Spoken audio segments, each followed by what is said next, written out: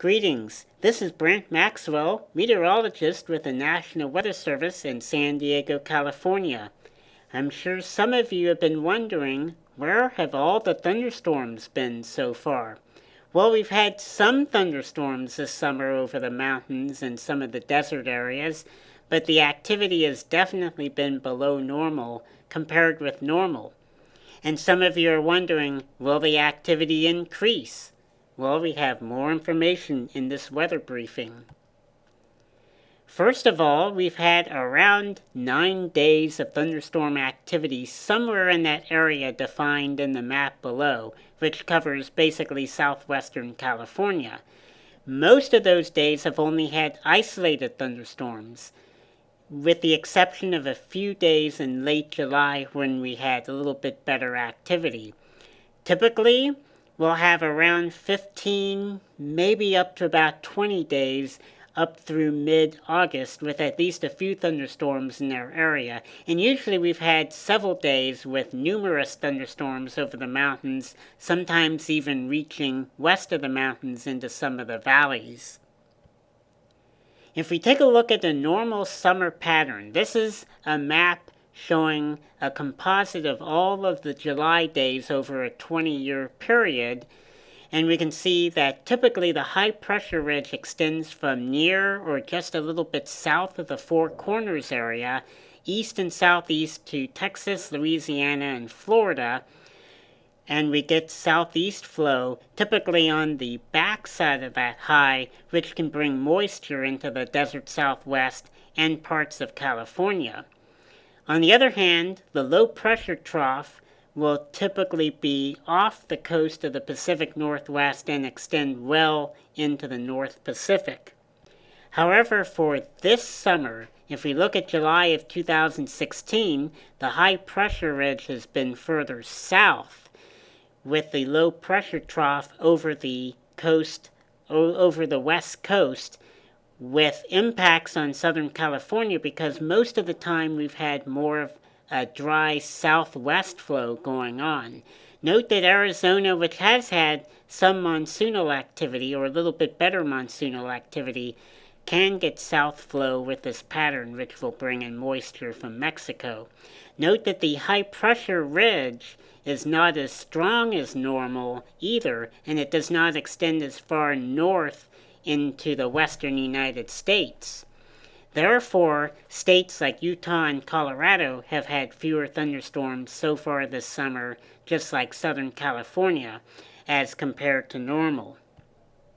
If we take a look at humidity comparisons approximately 4 miles above the surface, we can see that the typical values on the map on the left show a lot of humidity moving into Arizona and New Mexico. This is at the levels that typically produce the best thunderstorms. For Southern California, we're on the western fringe of that humidity, and typically these moderate values show that we go back and forth between moist southeast flow and drier southwest flow. On the map on the right, we can see 2016, we have a lot drier air aloft over California, and the moisture that's typically over Arizona and New Mexico is even shunted further south. Therefore, we have just not had as much influence of the monsoon over the southwestern United States, even though, again, Arizona, especially the southeast part of the state, has been having a decent number of thunderstorms this year.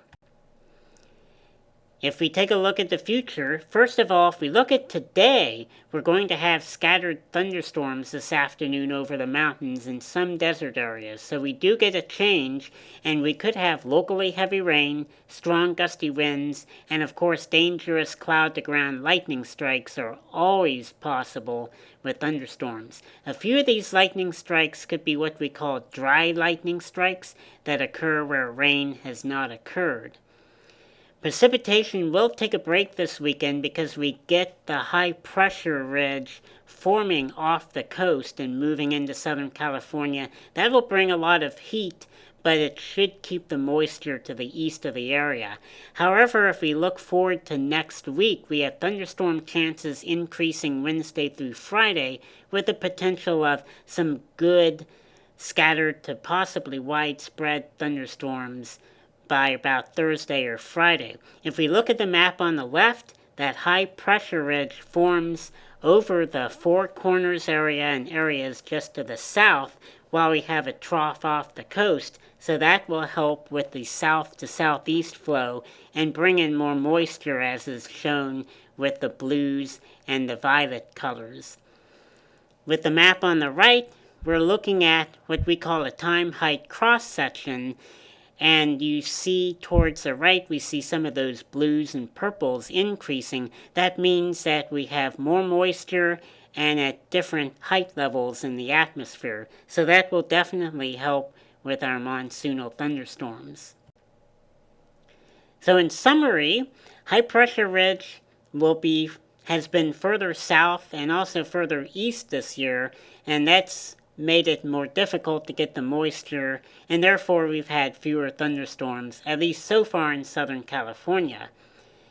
For the rest of the summer, it's difficult to say if that will get better or not, but at least for the next week, things are looking better, as thunderstorms will occur this afternoon in the mountains and desert foothills.